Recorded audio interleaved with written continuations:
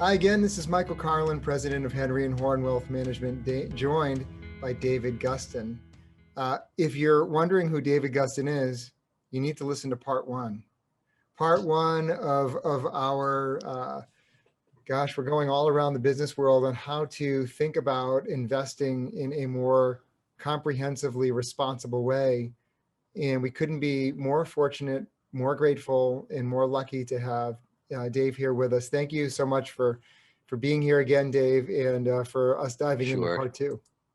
Thanks for having me, Michael. So let's pick up. And by the way, I love your shirt. I wonder if anyone realizes we're wearing the same stuff. We just recorded this in one big block in 2 bites. I don't know about you. I have multiple ASU shirts. You do? I only Part have of the one job, button on. Everything else is the laundry. Innovation in the field of technology. Let's continue along talking about what innovation looks like. And I think that you opened my eyes to this, and that it's not something I didn't know, but it's not something that I'd thought of. And I think it's important. If you look at the size of the big publicly traded technology companies, from assets, revenue, profitability, you're looking at, if just the size of a few big ones, you're looking at the size of what you mentioned, Ireland. And we need to pay attention to that, because the size and scope of these businesses and their ability to influence what's going on in the world around us is something I don't think that people think enough about. Yeah, just to drive the point home. So if you think about, and I'm in a way particularly interested in the large tech firms, but the size, their economic scope is roughly the size of a vibrant, medium-sized economy, like Ireland. And no slight to my friends in Ireland, and I have many, but I think that the Apples of the world, the Googles, Alphabets of the world, and so on, probably are going to have more of a say in the future that we, as inhabitants of planet Earth, are going to live in than Ireland will have. Right. And so what we've failed to recognize, and this is a critique of me and my colleagues here at universities, what we failed to recognize is that therefore these entities need systematic multidisciplinary study around what it is that they are and what they're doing, and not just, so people study the innovation model at Google and the design at Apple and things like that, but not from an integrated, systematic perspective. And so I think in the history of my own discipline, I'm a political scientist, and political science as a discipline got a huge influx of talent and, frankly, money and importance in the Cold War period, when it turned out that there were a whole lot of languages in a whole lot of places in the country that Americans didn't know anything about. Mm-hmm. So, Soviet studies, Eastern European studies, all those things sort of popped up, funded by the feds, in some cases by the CIA itself. And that became an important part of how political science developed, with area studies and comparative studies and so forth. Now, I think it's pretty clear, and I don't want to portray these tech firms as analogous to the Soviet Union, to Ronald Reagan's evil empire. But what I do want to say is that they loom as large as anything in the way we are approaching and creating the future that soon to be 9 billion people are going to live in. And they require systematic study and understanding.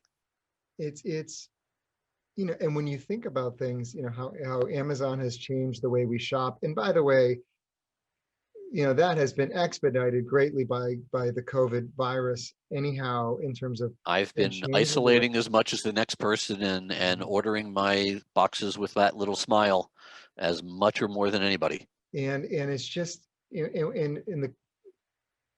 the questions people ask about things like Amazon, or the kind of questions that people are asking me, at least, about in terms of Apple or Google. No one really asks me questions about Google. Everyone just uses it constantly throughout the day.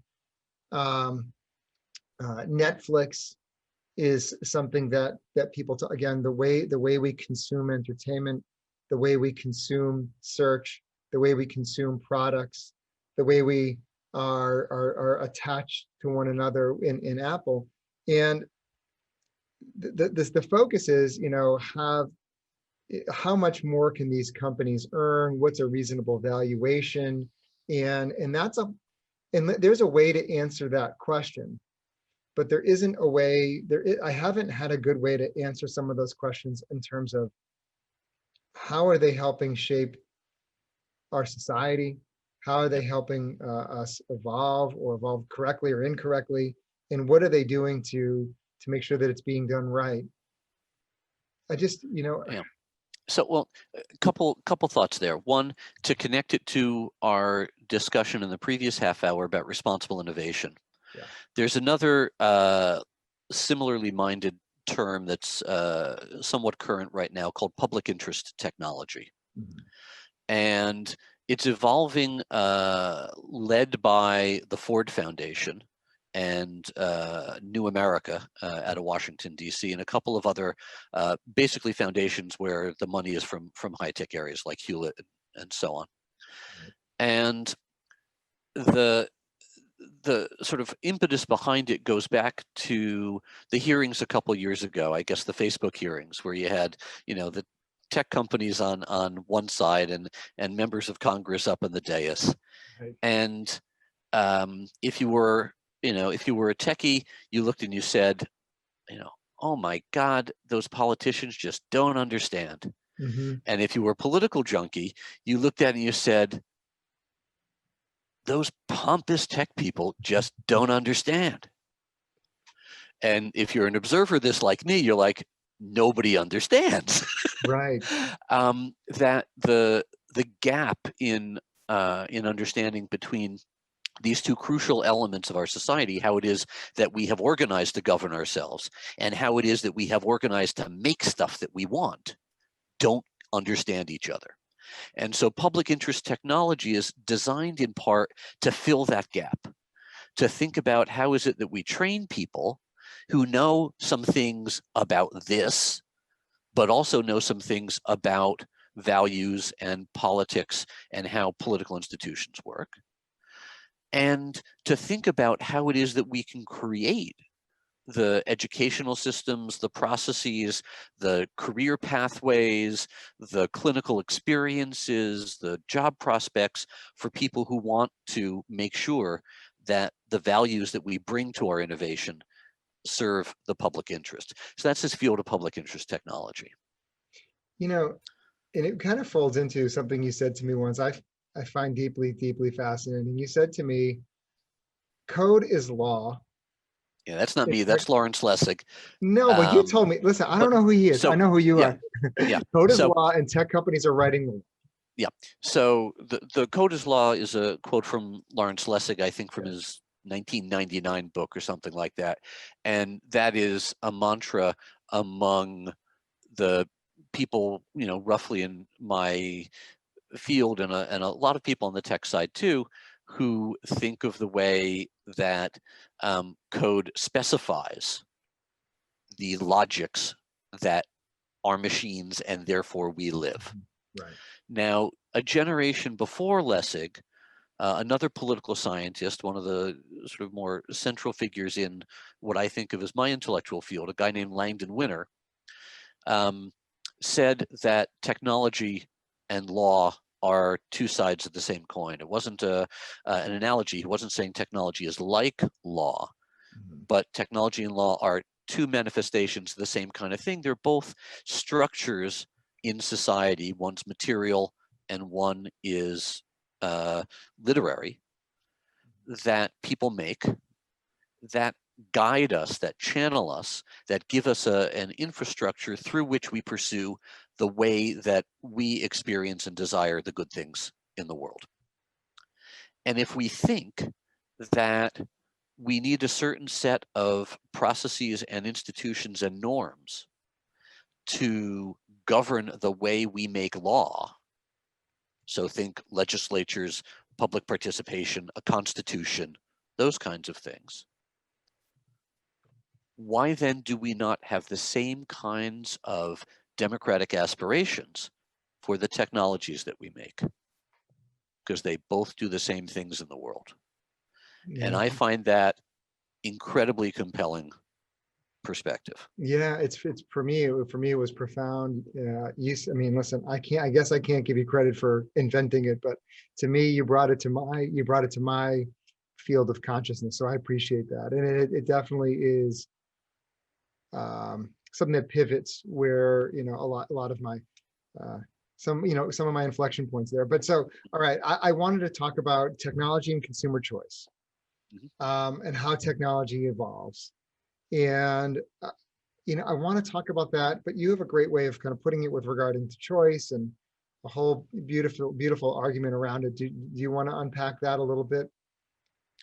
So, again, touching on a little bit of what we talked about in the last half hour. When we often talk about technology, we talk about how it evolves. We give it agency in itself.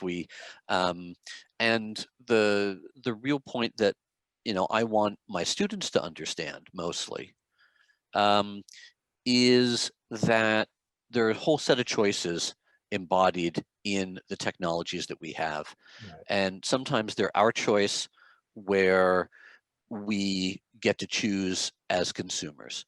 Sometimes they're our choice when we get to choose politicians who might be making decisions about regulating a particular technology or passing a particular law that pertains to technology.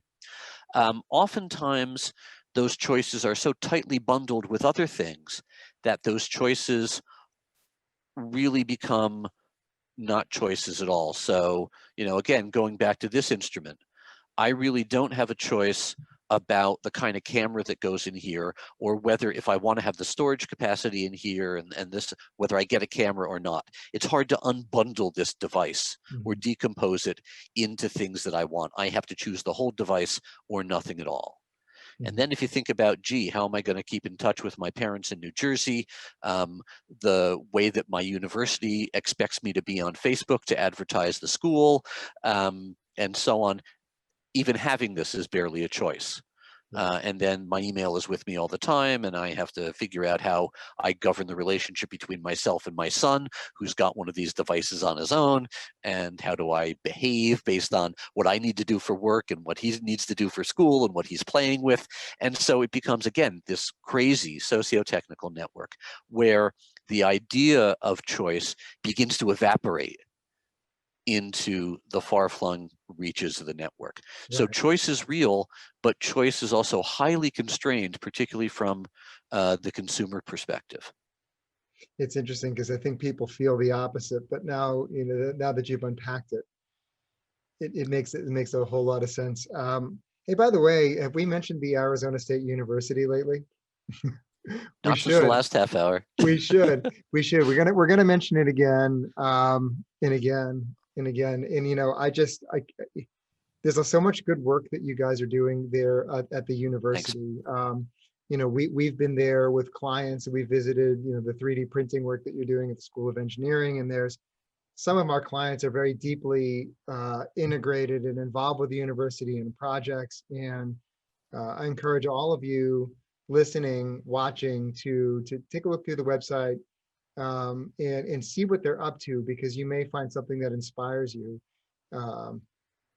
That inspiration, hopefully will lead to something of a greater investment for both yourself, your family, the organization, the school, and really the state. Because when you support Arizona State University, you support the state itself. So, well, that was a commercial. That was a short commercial. Anyway, I think it's great. I think what you guys do is tremendous. And just let me add, so if I could add just a sentence to that. So I told you that I'm a political scientist by training. The faculty in my school, I have 54 different people on the faculty in my school. We have 40 different PhD disciplines represented among those 54 faculty members, and 6 non-PhD disciplines. And I'm not talking about the difference between chemistry, biochemistry, and biology. I'm talking political science, electrical engineering, food science, regional studies, anthropology, journalism, law, electrical engineering, applied physics, and I guess right now, 5 of my faculty members, so a tenth of my faculty, share their appointments between my school and the School of Engineering that you mentioned. And so we are everywhere in the university. We collaborate in the craziest possible ways. And it's not just, my school is not just people like me who sit and think about this stuff, but we have people who work with engineers very intensely and build some of this stuff too. So what you're saying is you take the collaborative approach to education in much the same way that you're promoting that businesses do for their own innovation. Ah, Exactly. very nice. Can we do the sci-fi movie part? And listen, Oh, please. I'm such a nerd for sci-fi. I can't help it. I can't help it. I just can't help it. And I get suckered into seeing bad sci-fi movies, and it's a whole thing. And if there's a sci-fi movie, it's one of my favorites. I can't help but watch it, even if it's on TBS with commercials. I can't stop. So, and I mean, we get to do sci-fi, but also have kind of like a business perspective on it. This is a double whammy for me. So I want to reflect on it a little bit. You and I had a really interesting conversation that was, we talked a little bit about the Minority Report. And this was not the technology where Tom Cruise was using the computer screens with his, heptatic fingers. That was not it. What we were talking about is, the aspect of the movie is that, the police force were able to predict crimes and stop crimes just before they were about to happen. And they would all kind of, come in on, these little zip lines from helicopters or whatever there was that they were flying, and they'd zoom up right before a passion crime happened, and they'd be able to stop. But there's other stuff around that, David, that is both problematic and something that's important to talk about. And sci-fi is going to help us unlock the key. We'll go through a couple of movies and talk about how those sci-fi futuristic things that couldn't possibly happen and how they're kind of evolving before our eyes and giving us things to think about today. Yeah. So one of my colleagues, I've got a lot of colleagues, myself included, who are deeply into sci-fi, because we think of it in a way as technology assessment for the masses. Yeah. Okay, so if you know what technology assessment is, if you go back to our previous conversation about the automobile and thinking about making choices about the automobile, the process of that kind of choice, that collective understanding of what technology is, what it might be, what implications it might have in the future, we call that technology assessment. And that's what happens in a lot of these fabulous SF movies, sci-fi movies like Minority Report. And one of the cool things about Minority Report, actually, and I didn't know this till recently, was that the vision that underlies Minority Report, the world that they built, Mhm. where it's not just the precogs and that stuff, but it's the ambient intelligent advertising Right. and and Right. that stuff, that came out of a deep academic Hollywood partnership where people did visioning exercises to try to make this world feel like it was a lived, coherent experience for the audience. And it's that kind of thing that in these huge blockbuster movies that Hollywood does actually really well. It creates that world. It engages in world building. And, in now, as we see with, superhero movies and franchises, it engages in world building across platforms and so on. That's kind of like what Apple and Google and those folks are doing too. And we need to be self-conscious of that as we're enjoying those movies, but also think about how it is that the decisions we're making about tech are played out in these world contexts that movies like and sci-fi like Minority Report give us. The other point that is sort of general about SF is that there's this deep interplay between our imagination as expressed in sci-fi, and on the one hand, our feelings about contemporary moral quandaries, whether they're technological or not, and on the other hand, what it is that we want to do in the world technologically. So if you look at Star Trek, okay, not the best sci-fi in the world necessarily, but perhaps the greatest sci-fi world building activity that we've ever had. What's at the core of Star Trek? The core of Star Trek is a moral vision of what the future is. But that moral vision that Gene Roddenberry created, the creator of Star Trek created, reflected the concerns of the late 1960s in the United States. And so there are literally episodes about the Vietnam War, about racial conflict, about hints at very small hints at at broader issues of say gay rights, and that continues through the Star Trek franchise. And being a sci-fi geek myself, I'm now steeped in Star Trek Discovery, and there's now a non-binary character on Discovery. Not to be a spoiler, she was introduced, or they were introduced last week. So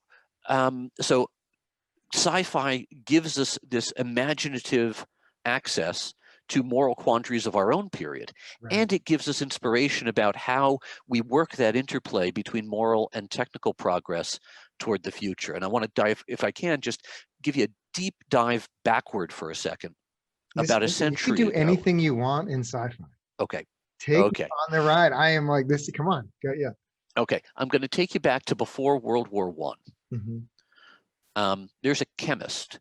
His name is Frederick Soddy. He's probably the best chemist that you've never heard of. And if you have heard of him, good for you. If you've heard of him, you might know that actually even before the turn of the century, he worked with Rutherford in the experiments that Rutherford did when Rutherford was at McGill that elaborated the transmutation of the atom, the change of radioactivity. Rutherford wins a Nobel Prize for that. Soddy was just a graduate student at the time. He did the empirical work, didn't get the prize. Later, he worked with Lord Ramsay, who identified the helium atom as the beta particle that is emitted. And Ramsay wins a Nobel Prize for that. Soddy, junior collaborator, doesn't get recognized. Soddy finally wins his own Nobel Prize, for a theory of the isotopes, 3 Nobel quality pieces of work that he does early in his career. Now, he is a broadly educated person, as many technologists are. This is 3 decades before C.P. Snow writes Two Cultures. He reads a science fiction novel by H.G. Wells. He had actually published, before Wells wrote this novel, Soddy had published lectures that were meant for public consumption on radioactivity. They were called The Interpretation of Radium. And he starts reading H.G. Wells's book, The World Set Free. H.G. Wells dedicates this book to Soddy and Soddy's public discussions about radioactivity, because Soddy would speculate about what public purpose radioactivity could be put to, even though he didn't fully understand it. And Soddy envisioned a whole set of industrial uses, including some nefarious uses. And Wells, in 1914, 1915, publishes this book that is the first portrayal of an atomic bomb. It's not a huge immediately explosive device. It's more of a slow burn. He has biplanes dropping it because he hasn't envisioned monoplanes yet, and that's what they got in the First World War. But it's recognizably an atomic bomb, and it's inspired by the work that Soddy is doing. Soddy internalizes Wells's understanding that people will do anything with science and technology when there are existential crises like global conflicts. And Soddy actually gets put to work in the First World War on wartime science and technology by his native England. And he also looks at, with horror, what Germany does in the First World War with the Faber process and high explosives and stuff that was, also for agriculture. And he turns the rest of his career to trying to figure out how to solve conflicts based on economics and energy, because he thinks that's what the next world conflict is going to be about. It's going to be about economics and energy. And you get this, 20, 30 years later, we end up having an atomic bomb. And where do we think about, how do we attach responsibility to the thing after the bomb, after it was used. A lot of physicists who were involved in it washed their hands of it, said, "Oh my God, what hath we wrought? This is a terrible thing."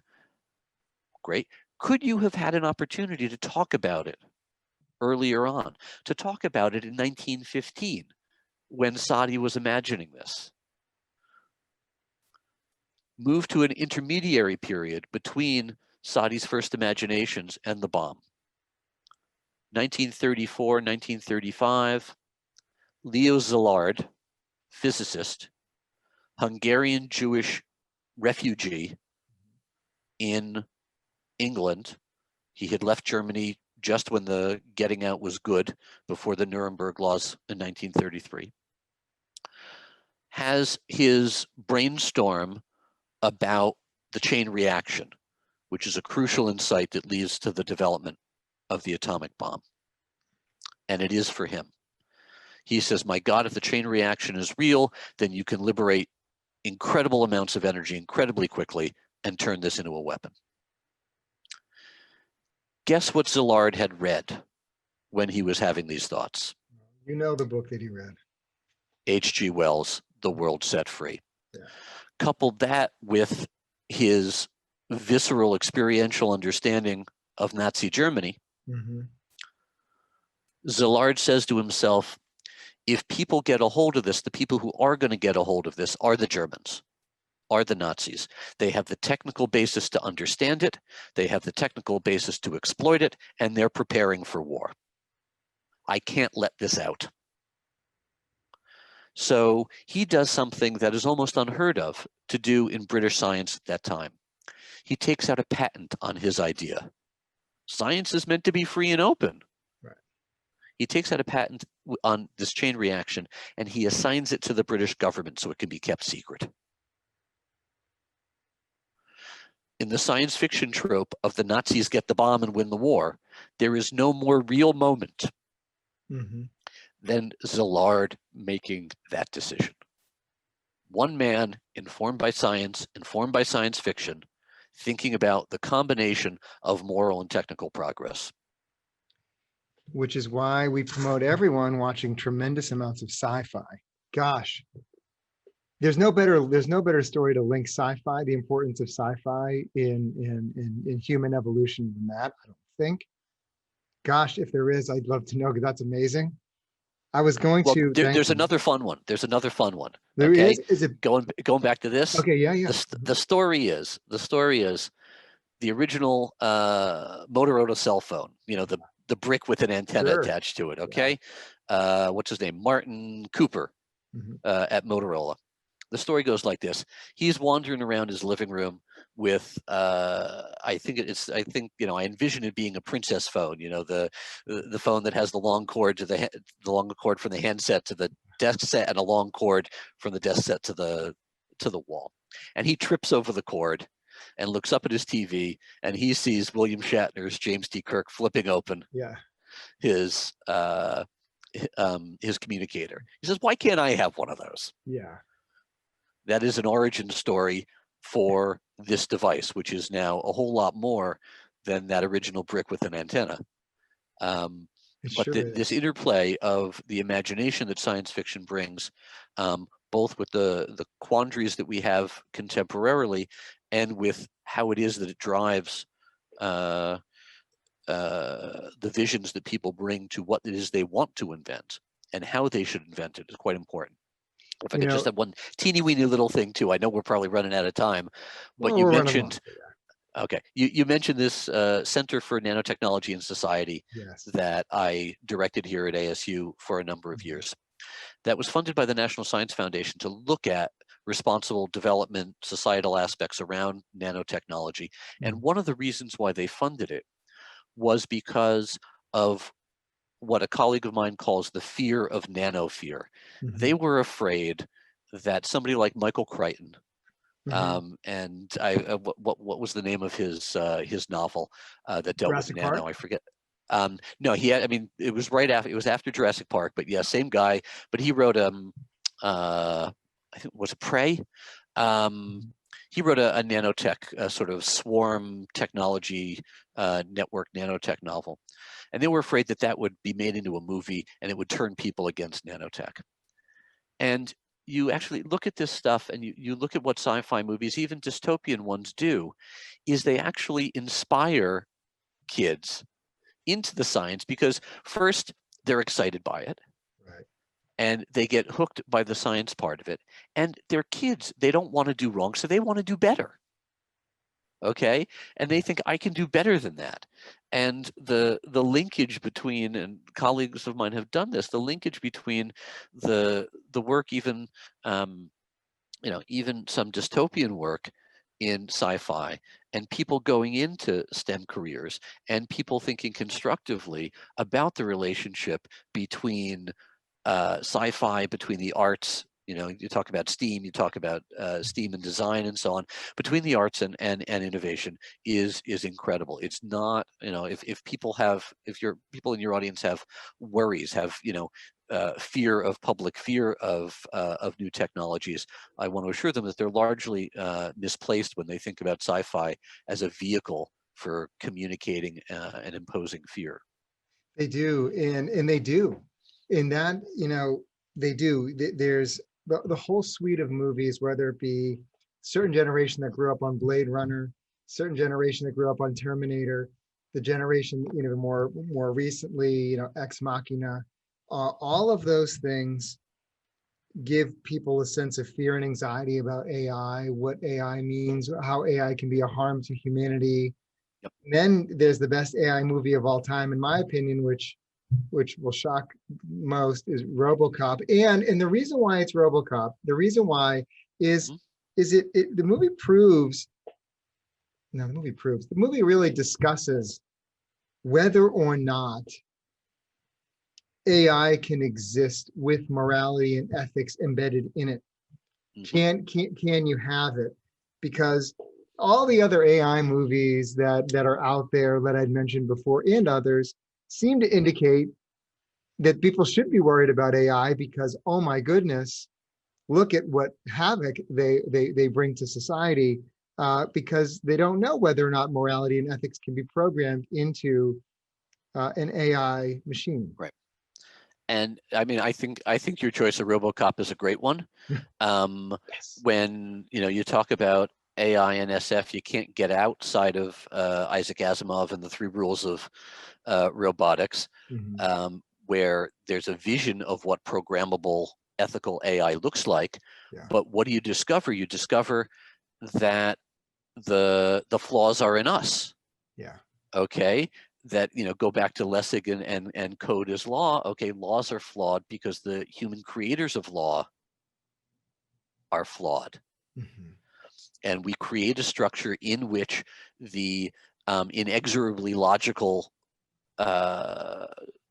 AI or robot exists, but because we haven't given every eventuality scrutiny, because we can't, through this, what happens in, at least in the movie version of iRobot, okay, the AI takes over the planet because it can figure out how to take care of humans better than we can. Yeah. We gave it a rule that said that we were in charge, that it has to, that it can't hurt us. And so what did it do with that? It said, okay, I'll take care of you then. Yeah. I'll clear away your decision making, your institutions, and you'll be better off. Okay, so the flaw is in us. And there's a sort of inescapable, I think, dialectic of AI, that if it's like us, we're screwed. And if it's not like us, we've got no idea whether we're screwed or not. But I think you're saying overall, we're going to be okay. I have, I mean, it's by our own hand one way or another if we're not okay. Which but is that's why to point out that it's our hand that's behind technology. Yeah, exactly. And yeah. We did almost everything. There's things that we didn't get to. We'll have to go for a third. We could do it again. And you know what? Yeah, because we still didn't do the algorithmic bias. We still didn't do, and I still would love to do a discussion on pay scales, how to do that responsibly as well. There's a lot there too. Mhm. Oh my goodness. Well, okay. There's a few things. Number And one, what we I got learned. 50 crazy colleagues who do this stuff too. Yeah, I know, but I kind of get stuck in my ways. So we met David Guston. So what we learned is that there's no one better in innovation. And as we're thinking about partnerships, as we're thinking about how to process how the companies we invest in, the companies that we create, to do it better, to do it right. Again, ASU is a great organization to talk to partner with.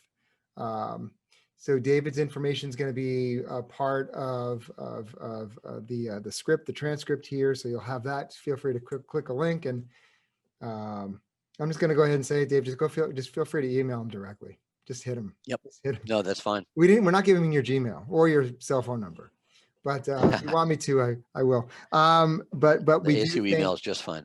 Thank you.